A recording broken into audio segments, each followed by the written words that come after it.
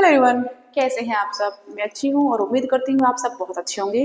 आज का हमारा टॉपिक है नंबर सिस्टम। आज हम नंबर सिस्टम के बारे में कुछ कीवर्ड्स ले लेते हैं, कुछ रूल्स पढ़ते हैं इसके बारे में, फिर कुछ क्वेश्चंस करेंगे। ठीक है, देखिए हमारे पास नंबर सिस्टम का एक टॉपिक है। नंबर सिस्टम में सबसे पहले हम पढ़ेंगे रियल नंबर क्या होता है, उसके बाद हम फिर यहाँ स्टार्ट करेंगे नेचुरल, होल, इंटीजर वगैरह सारे रैशनल नंबर, इरेशनल नंबर क्या होती है, क्योंकि देखो स्टार्टिंग हमारे नेचुरल नंबर से ही होती है। ठीक है, स्टार्टिंग पॉइंट कहाँ से होता है, नेचुरल नंबर्स, क्योंकि 1 2 3 बच्चा सीखता है तो 1 2 3 पहले सीखता है, 1 2 3 बाद फिर ऑल नंबर सीखता है, फिर इंटीजर्स वगैरह बाद में आते हैं। तो अगर यहाँ स्टार्ट करेंगे नीचे आएंगे तो हमें समझ में कुछ भी नहीं आएगा, इसलिए हम स्टार्टिंग करेंगे नेचुरल नंबर से, फिर ऊपर जाएंगे, फिर रैशनल नंबर, इरेशनल नंबर क्या होती है।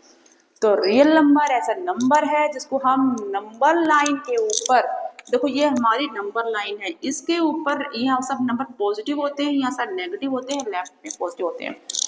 तो वे सभी नंबर्स इसमें इंक्लूड है रैशनल नंबर और इरैशनल नंबर, क्योंकि रियल नंबर दो भागों में बटा हुआ है, रैशनल और इरैशनल नंबर। ये सब रैशनल नंबर होते हैं। रैशनल नंबर के अंदर इंटीजर है, होल नंबर, फिर नेचुरल नंबर, इरैशनल अलग पार्ट है। तो हम सबके बारे में एक एक करके पढ़ाई करेंगे। तो सबसे पहले मैं देखा भी कि रियल नंबर है क्या। रियल नंबर में सभी नंबर कलेक्शन है, वो सभी नंबर्स हैं जिनको हम नंबर लाइन के ऊपर जनरली रिप्रेजेंट कर सकते हैं, उसमें जिसमें कि रैशनल नंबर्स भी आते हैं और इरैशनल नंबर्स भी आते हैं। सिंपल सी बात यह है रियल नंबर होता क्या है, सभी नंबर्स हैं। अगर देखो ये जितने भी नंबर आपको दिखाई दे रहे हैं यहाँ पे ब्लैक बोर्ड पे, जितने 1 0 1 2 नेगेटिव, पॉजिटिव, रूट वाले, अनरूट वाले, रिपीटिंग, नॉन रिपीटिंग, ये सब नंबर जितने भी नंबर्स आपको दिखाई दे रहे हैं सभी नंबर्स रियल नंबर्स कहलाते हैं।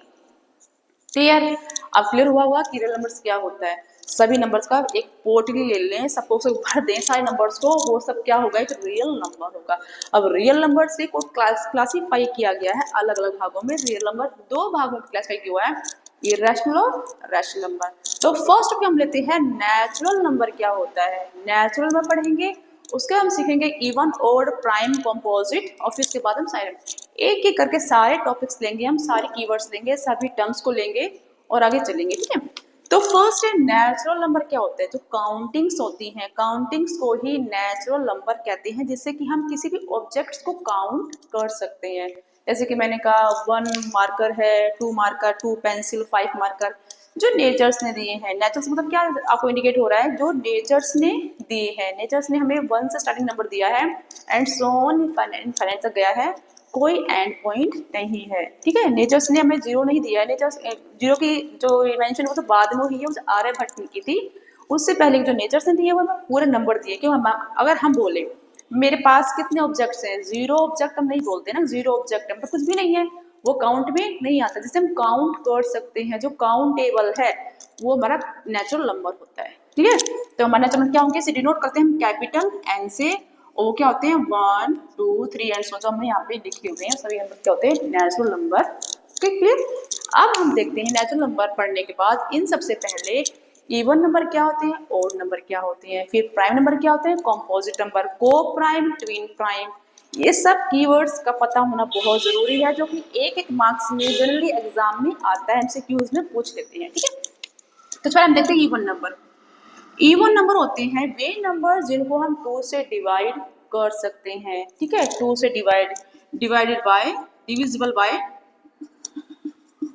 बाय 2। अब इसकी पहचान क्या होती है, अगर बहुत बड़ा नंबर है, बहुत बड़ा नंबर है तो लास्ट में क्या आता है, अगर बहुत बड़ा नंबर है तो जैसे मैंने कह दिया लास्ट यूनिट प्लेस हमारा, अगर यूनिट प्लेस क्या होता है, देखो अगर जैसे 9 है, 8 है, 4 है, 6 है, 7 है, इसे हम बोलेंगे यूनिट प्लेस। तो यहाँ से ले, इसे बोलते हैं वंस, टेंस, 100, 1000, 10,000। तो यूनिट प्लेस हमारी कौन सी होती है, सबसे पहले नंबर यूनिट प्लेस, हम यहाँ से काउंट करते हैं, यूनिट प्लेस ये होता है।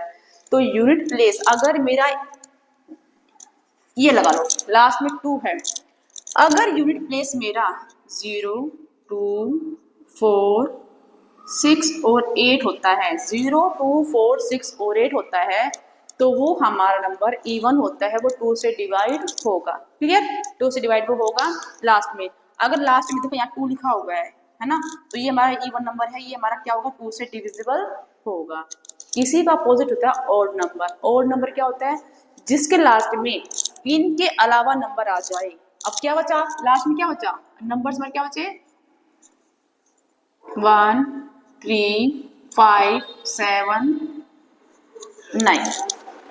ठीक है, जिसके लास्ट में ये आ जाए वो हमारा होता है ओड नंबर, जो कि 2 से डिवाइड नहीं होगा, चाहे कितनी ही बड़ी डिजिट हो, लास्ट में अगर हमारा ये आता है तो हमारा 2 से डिवाइड नहीं होगा, वो था ओड नंबर।